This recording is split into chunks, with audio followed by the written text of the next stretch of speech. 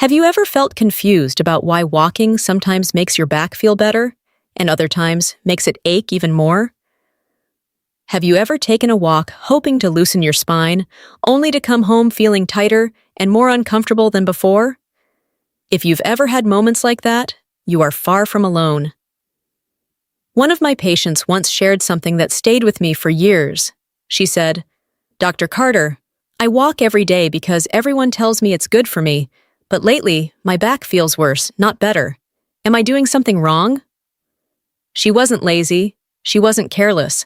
She was simply walking with small mistakes that slowly added pressure to her spine. And like so many older adults I've cared for, she blamed herself instead of recognizing the deeper cause. Now I want you to imagine this. Picture yourself walking down a familiar sidewalk. Your steps feel steady, but your body is carrying years of change. Maybe your muscles are not as strong as they once were. Maybe your balance shifts slightly with each stride. Maybe the discs in your spine don't cushion the way they did when you were younger. These natural changes mean that walking can either become powerful medicine or a quiet source of strain depending on how your body moves. Walking is often recommended for seniors because it truly can help heal the back. It increases blood flow, strengthens supportive muscles, and improves joint mobility. But the truth is that walking can also worsen back pain when posture, footwear, or walking mechanics are off. This is the hidden truth many seniors are never told. It's not walking itself that harms you, it's how you walk. In this video, we're going to uncover why walking can help or hurt your back, what signs to look for, and how to walk in a way that supports your spine instead of stressing it. My goal is to give you clarity, confidence, and simple strategies you can use today. If this message resonates with you, make sure to subscribe to Senior Health Daily so we can continue this journey towards strength, comfort, and healthier living together. Now that we've opened the door to this important conversation, I want to help you understand why walking affects the spine of older adults so powerfully. Walking is one of the most natural movements we do, yet it becomes surprisingly complicated as the body ages. After the age of 55, the spine begins to change in quiet ways that most people never notice until discomfort appears. The discs lose a bit of water, which makes them less cushiony. The joints stiffen as cartilage wears down. The muscles that support the spine, especially the core and hips, become weaker unless we actively strengthen them. These changes don't mean something is wrong. They simply mean the body is asking for more intentional care. Walking amplifies whatever alignment is already present in your body. Think of it like a magnifying glass. If your posture is balanced and your spine is supported, walking becomes deeply healing. Every step boosts blood flow to the discs, activates stabilizing muscles in the hips and lower back, and encourages the joints to glide more smoothly. This is why many seniors feel looser after a gentle walk. The movement helps the body breathe again. But if your posture is off, even slightly, walking can irritate sensitive nerves, compress the discs, and increase inflammation. The repetitive impact of thousands of steps in a misaligned position turns walking into a subtle source of stress. This is where confusion begins. You might do the exact same 30-minute walk you've done for years, but now your back feels worse afterward. It's not the walk, it's the mechanics of how the walk is performed. When walking is done correctly, it helps back pain in ways few other activities can. It sends fresh, oxygenated blood to the tissues around the spine, which speeds healing. It strengthens the glute muscles, the hip stabilizers, and the deep core muscles that hold your spine upright. It improves posture naturally because your body is practicing upright movement in a rhythmic way. And it lowers tension in the nervous system, which makes pain feel less intense. I've seen so many seniors regain confidence simply by walking with better awareness. One woman I worked with, a 72-year-old retired teacher, came to me feeling discouraged because she loved walking, but felt that it was slowly becoming her enemy. Her steps were long, her shoulders tense, and her hips rotated slightly to one side. These were tiny mechanical errors, but repeated thousands of times, they strained her lower back. After we adjusted her gait, encouraged shorter steps, and taught her how to keep her hips neutral, her pain reduced dramatically. She didn't stop walking, she walked smarter, and her body responded with relief. Of course, walking can also hurt back pain when certain habits creep in. Poor walking posture is one of the biggest culprits. Leaning forward, arching the back too much, or letting the pelvis tilt can put constant pressure on the lumbar discs. Seniors often adopt these patterns without realizing it because the body naturally compensates for weakness or fatigue. Shoulders may stiffen, the head may drift forward, or the lower back may tighten to stabilize each step. These shifts seem small, but over time they contribute significantly to discomfort. Footwear is another hidden factor. Many seniors use shoes that are worn down, too soft, or lacking proper support. When the foot hits the ground, the entire body absorbs that impact. If the shoes are unstable, the ankles and knees compensate, and eventually the stress reaches the spine. I always tell my patients that good walking shoes are like good tires on a car. Without them, the whole structure suffers. Overstriding is a habit I see often.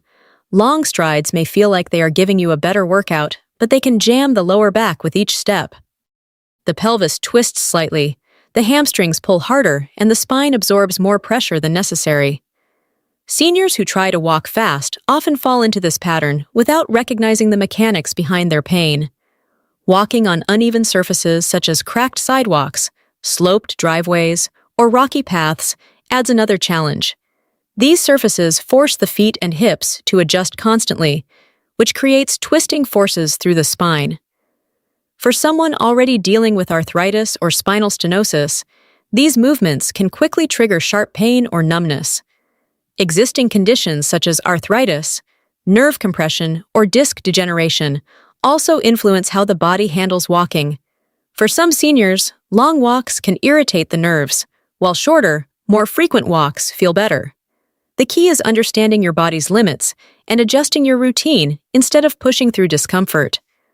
Walking has the potential to heal or harm, and the difference lies in posture, footwear, muscle strength, and awareness. When these elements are aligned, walking becomes a powerful tool for relief. When they are out of sync, walking becomes a burden instead of a blessing. As we move deeper into this topic, I want you to begin noticing how your body talks to you. It never shouts at first. It sends small, quiet signals that something about the way you walk isn't supporting your spine the way it should. These signals matter because catching them early can prevent months or even years of unnecessary pain. One of the most common signs that walking is hurting instead of helping is pain that increases during or immediately after a walk. Many seniors try to push through discomfort, believing that if they stay active, the pain will eventually fade. But pain that grows with each step isn't a sign of strength. It's a sign that your body is moving out of alignment. When the spine is irritated by the way you walk, the nerves and joints begin to protest. The discomfort you feel isn't weakness, it's information. Another sign is stiffness that lingers longer than 20 or 30 minutes after you finish walking. Gentle stiffness that eases quickly can be normal, but stiffness that stays for too long tells me that your muscles and joints were overloaded. Your spine likely absorbed more shock than it was ready for, or your walking mechanics created repetitive stress. If your back feels locked or tight after a walk, it's a clue that something about your form, your shoes, or your stride needs attention. Radiating pain down the leg is an especially important signal. This usually means the sciatic nerve is irritated. When walking mechanics are off, the pelvis rotates or the lower back compresses in ways that put pressure on that sensitive nerve. Seniors often describe this sensation as electricity running down the back of the leg or a deep ache that only eases when they sit. When walking triggers this kind of pain, it's a sign that the spine needs a different approach. Some seniors feel numbness or tingling in their feet while walking. This happens when the nerves coming from the lower spine are compressed or stretched. It can also happen when shoes lack proper support and the foot collapses inward, sending misalignment up the entire chain. If your foot or leg feels heavy, tingly, or unresponsive, it's your body asking for change. A burning sensation in the lower back is another warning. It often appears when the lumbar muscles are working too hard to stabilize each step. This happens when the glutes or core muscles are weak and the back must take over their job. The burning isn't just muscle fatigue.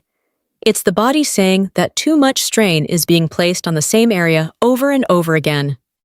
Understanding these signs becomes much easier when you know a bit of the simple science behind walking pain. The spine of an older adult does not absorb shock the same way it did at 30 or 40. The discs lose some of their natural fluid, which means each step transfers more vibration and force upward. If alignment is even slightly off, that force isn't absorbed evenly. Instead, it lands harder on specific joints, discs, or nerves. Your hip flexors, the muscles at the front of your hips, also play a surprising role. With age and prolonged sitting, these muscles often become tight. When tight hip flexors pull the pelvis forward, the lower back arches more than it should during walking. This extra arch compresses the discs and irritates the nerves. Many seniors don't realize that stretching these muscles alone can dramatically reduce their pain. Repetitive impact from poor gait irritates nerves in the lower back as well.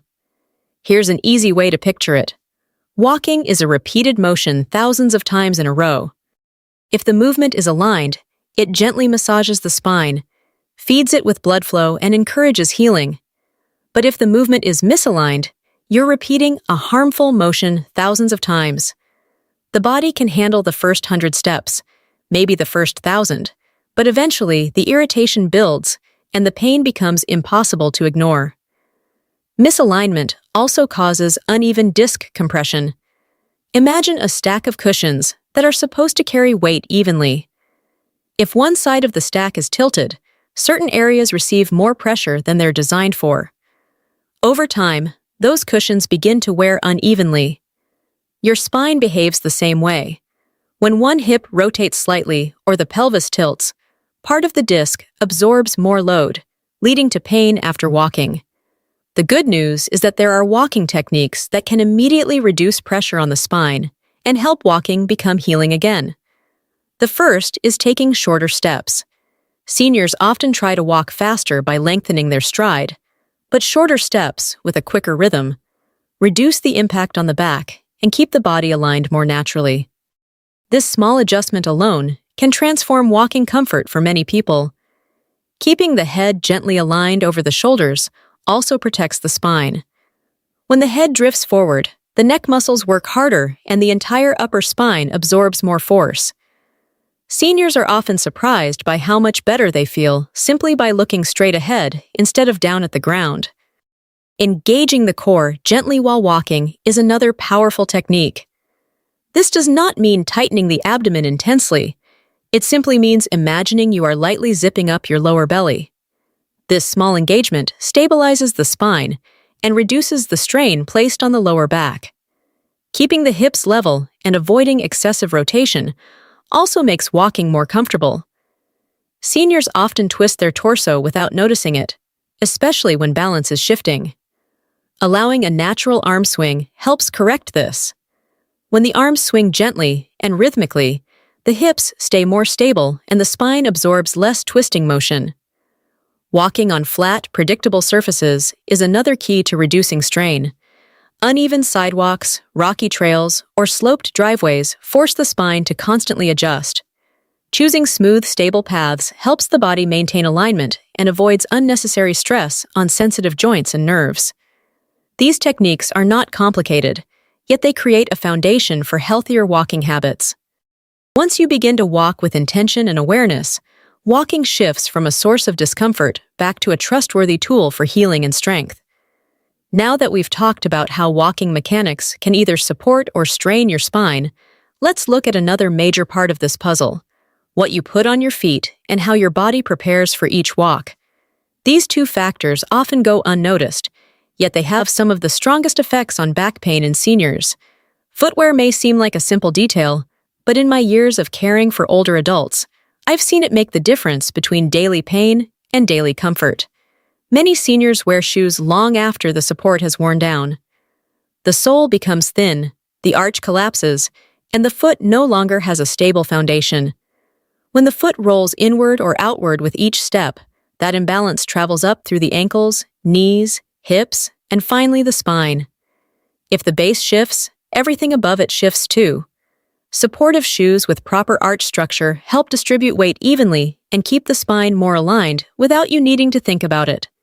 Some of my patients are surprised when I suggest replacing walking shoes every 6 to 12 months, but once they try it, the difference is undeniable. One senior I worked with came to me feeling discouraged because every walk left her with a deep ache in her lower back. When I examined her shoes, the outer edges were worn flat. Her body had been working overtime to compensate for that imbalance. She switched to cushioned shoes with better stability, and within a week, her pain was nearly gone. She didn't change anything about her walking routine. She changed the foundation she was walking on. For seniors with flat feet or high arches, orthotic inserts can also make a remarkable difference. These inserts guide the feet into better alignment and reduce the twisting forces that irritate the spine. And for those who struggle with balance or feel nervous walking outdoors, simple walking poles can provide extra support, encouraging a more upright posture and easing the strain on the back. Alongside footwear, the strength and flexibility of your body have a major impact on how walking feels. Gentle strengthening exercises done at home can make your walks more comfortable and far more effective. You do not need intense workouts or complicated routines. Even a few minutes a day can change how your spine carries your weight. Strengthening the core helps stabilize the lower back. Activating the glute muscles reduces the workload on the lumbar spine. Improving hip mobility allows the legs to move naturally without pulling the pelvis into uncomfortable angles. When the muscles surrounding the spine are stronger and more flexible, walking becomes smoother and less painful.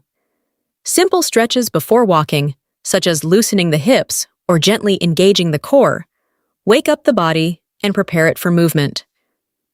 Seniors often underestimate the value of a 5-minute warm-up, yet these small habits create significant long-term improvements. When the body is primed before you start your walk, the spine is more prepared to handle the repetitive motion. Now let's talk about something many seniors never realize: the small walking mistakes that happen without noticing.